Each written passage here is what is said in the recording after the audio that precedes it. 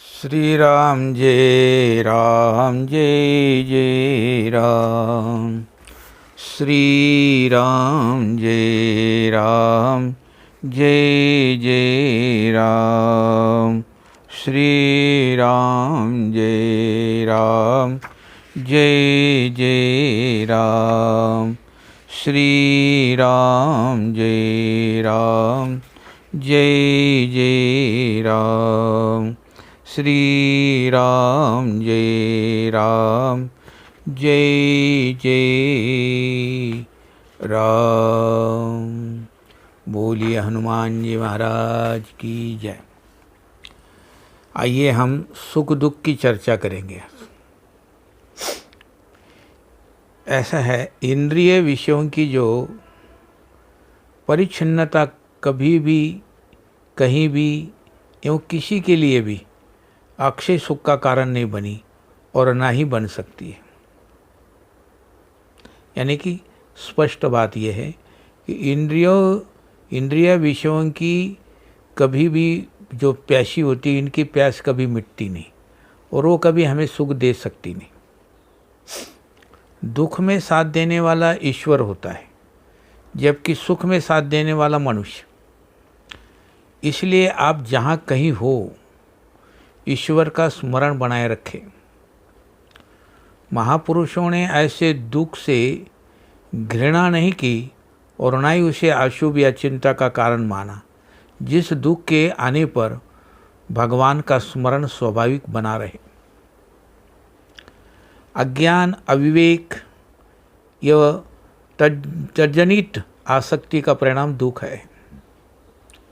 विचारवान व्यक्ति के लिए संसार में कहीं भी दुख नहीं है। मैं, ये जो शब्द है, सूचक भाव ही अहंकार है। यही बंधन है, यही आवागमन का कारण है और यही मूल है। यही जीव को उसके वास्तविक स्वरूप से दूर करके दुखों में धकेलने का कारण यही बनता है। मैं, सुख आते हैं किंतु सदैव टिके रहने के लिए नहीं आते। ईश्वर प्राप्ति का अर्थ है सभी दुखों का नाश। रामायण में आपने देखा होगा, एक जगह प्रसंग आया कि राम जी को मिलने के लिए अवधवासी पहुंच गए चित्रकूट। तो रास्ते में ही राम जी कुटिया से काफ़ी दूर निकल आए थे। सभी लोगों की इच्छा होगी कि ये राम जहाँ रहते हैं वो जगह के दर्शन हमने करना है। तो किसी ने पूछा कि उस जगह के दर्शन क्या, राम के दर्शन तो हो गए, उस जगह के क्या दर्शन। सब लोग मन में विचार करें। कहने लगे जहाँ राम रहते हैं वहाँ सुख ही सुख है, दुख नाम की कोई वस्तु नहीं। चिंतन करें मूल भावना का सुख पाने के लिए। ना कभी चिंता चाहिए होगी और ना कभी दुख मांगा होगा। राम सैल बन देखन जाई, जहां सुख सकल सकल दुख नाही। जिस पर्वत के पास राम रहते थे वो हम देखने के लिए हमें जाना है, क्योंकि जहां सभी सुख ही सुख है, दुख नाम की कोई वस्तु नहीं। इसलिए ईश्वर प्राप्ति का अर्थ है सभी दुखों का नाश। ईश्वर न करे जीवन में कभी कोई दुख आए, लेकिन कभी ऐसा लगे कि कष्ट का क्षण है तो अपना दुख दूसरों को ना सुनाएं, क्योंकि संसार तो सुख के गीत सुनना चाहता है। संसार को दुख अच्छा नहीं लगता। मैं सबके दुख अपने ऊपर ले लूं और अपने सुख सबको बांटता रहूं, यही है भारतीय संस्कृति, यही है धर्म का आचरण और यही है धर्म का व्यवहारिक रूप।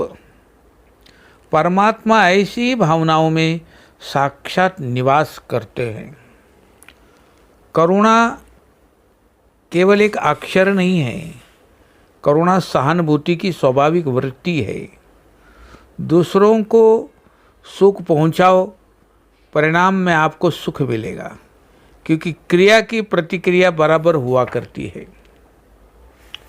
इसलिए ये जो संसार है, हम जिस संसार को देखते हैं, ये संसार दुख नहीं देता, परंतु संसार की आसक्ति दुख देती है।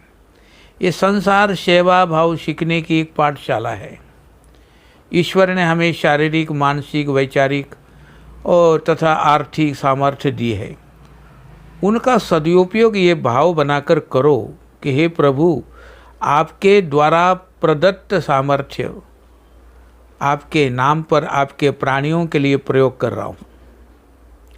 संसार में आपको जानता भी कौन है? एक वही तो है जो आपको जानता है, और कोई नहीं जानता आपको। विशेष सुख की चाह ही सब दुखों का प्रमुख कारण है। जो संसार में सार देखेगा, उसे आसार का दुख भी सहना पड़ेगा। इसलिए केवल इंद्रियगामी ना बनो, बल्कि ज्ञानगामी भी बनो। दुख की निवृत्ति सभी चाहते हैं, लेकिन दुख रूप संसार में संबंध बनाए रखकर यह संभव नहीं है, क्योंकि जो अनित्य और परिवर्तनशील है वो सुख से रहित अर्थात दुख का रूप है। सर्दी, गर्मी, मान अपमान, लाभ हानि, जय पराजय, दिन रात, पूर्णिमा अमावस्या, संयोग वियोग, जीवन मृत्यु तथा सुख दुख, ये सब संसार के परिवर्तनशील रूप की एक झलक है मेरे भाई। संसार का विचार, जिज्ञासा, ये वो प्राप्ति किस काम की जिसका परिणाम अनर्थ हो। विचार उसका करो जिसे जान लेने पर कुछ जानना बाकी ना रहे। ये समस्त संसार काल यानी मौत के इशारे पर है, लेकिन काल स्वयं परमात्मा के इशारे पर आश्रित है, ये भी ध्यान रखना। संसार एक कर्म क्षेत्र है, या कर्म के अनुसार फल मिलता है। जैसा बीज बोया जाता है वैसा ही फल काटने को मिलता है। जब मन अपनी संकीर्णता, अज्ञानता, स्वार्थपरायणता के कारण संतों ग्रंथों की प्रेरणा का लाभ लेने में असफल रहता है, तब जीवन में दुख आते हैं। ध्यान से सुनो, वो गुरु का कार्य करते हैं। दुख आके ही आदमी को शिक्षा देता है। हमारा मन दुख के क्षणों में संसार से उपराम हो जाता है, तब स्वाभाविक रूप से वह अनुभूति होने लगती है कि संसार आसार है, इसमें कोई सार नहीं है, ये दुखालय है, ये निर्थक है। जब ये जीव बार बार संसार की शरण में पड़ता है, तो वह कहीं ना कहीं ठोकर लगा कर कहता है कि अरे पगले, तू मेरे साथ नहीं, प्रभु के साथ आसक्त रहे। आसक्ति का केंद्र परमात्मा को बनाओ। संसार के विषयों में एक क्षमता नहीं है कि वह हमें तृप्त कर सके। संसार की प्रत्येक वस्तु मिलने पर भी तृप्ति नहीं होती। यदि मन में थोड़ा भगवत चिंतन उतर आए तो जीवन सुधर जाएगा, रोम रोम तृप्त हो जाएगा। इसलिए एक बात बताऊं, ये संसार में कोई वस्तु ऐसी नहीं जिससे कह सको कि ये मेरी है। तुम जिस शरीर को लेकर अहंकार करते हो वो भी अनुकूल ही रहता है, वो प्रतिकूल नहीं रहता। इसलिए सुख और दुख से ऊपर उठकर, और संसार में दुख है। संसार, संत तुकाराम महाराज बताया उन्होंने एक जगह, संसार दुख मूलो। ये संसार दुखों की जड़ है, मूल में उसके दुख है। तो उसके ताने भी दुख के, उसकी टानियाँ भी दुख के, उसके पत्ते भी दुख के, उसके फूल भी दुख के, उसका फल भी दुख, उसका रस भी दुख है। इस संसार में सुख ढूंढने की कोशिश मत करना। श्री राम जय राम, जय जय राम, श्री राम जय राम, जय जय राम, श्री राम जय राम, जय जय राम, श्री राम जय राम, जय